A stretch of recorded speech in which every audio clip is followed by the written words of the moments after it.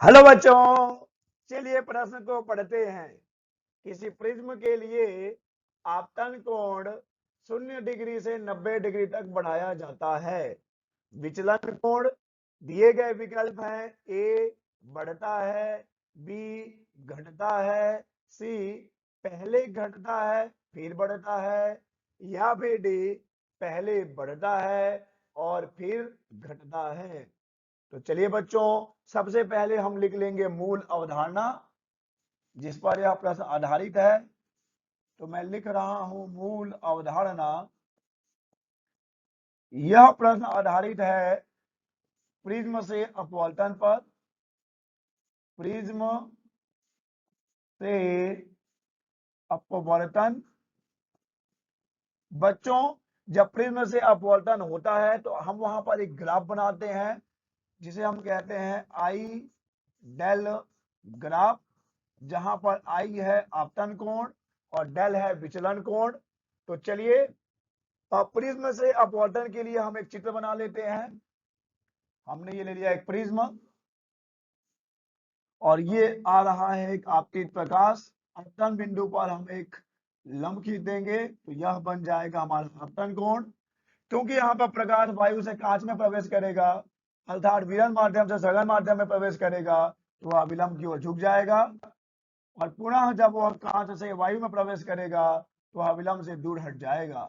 इसे हम कहते हैं निर्गत किरण। तो यहाँ पे पी क्यू है आपतित किरण, क्यू आर है अपवर्तित किरण और आर एस है निर्गत किरण।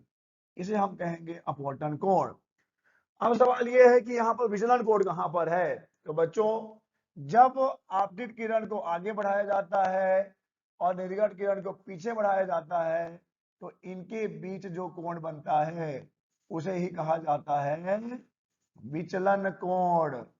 उसे ही कहा जाता है विचलन कोण। आपतित किरण और निर्गत किरण के बीच बनने वाले कोण को ही हम विचलन कोण कहते हैं। तो चलिए बच्चों, इस मूल अवधारणा की सहायता से हम इस प्रश्न को हल करते हैं। हमें चाहिए होगा आई डेल ग्राफ। आपतन कोण और विचलन कोण के बीच जो ग्राफ बनता है बच्चों, यह कुछ इस प्रकार होता है और इस ग्राफ को देखकर हम आसानी से उत्तर कर पाएंगे। देखिए बच्चों, जैसे जैसे आपतन कोण का मान बढ़ाया जा रहा है, जैसे जैसे आपतन कोण का मान बढ़ाया जा रहा है, पहले देखिए क्या हो रहा है, विचलन कोण का मान घट रहा है। देखिए ग्राफ में देखिए, जैसे जैसे आपतन कोण बढ़ रहा है विचलन कोण नीचे आ रहा है, विचलन कोण नीचे यानी कि घट रहा है। उसके बाद आई के किसी एक मान के लिए वह अपने न्यूनतम मान को प्राप्त करेगा। विचलन कोण अपने न्यूनतम मान को प्राप्त करता है जिसे हम कहते हैं न्यूनतम विचलन कोण।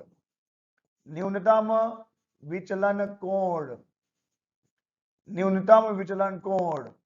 उसके बाद अगर हम आई को और बढ़ाएं तब विचलन कोण का मान घटने की बजाय बढ़ने लगता है। तो बच्चों, इस ग्राफ की सहायता से हम आसानी से उत्तर कर पाएंगे कि आखिर में सही विकल्प क्या होगा।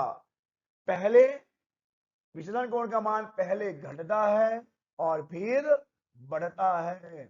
तो सही विकल्प हो जाएगा सी, पहले घटता है फिर बढ़ता है। आशा करते हैं आपको समझ आया होगा। धन्यवाद।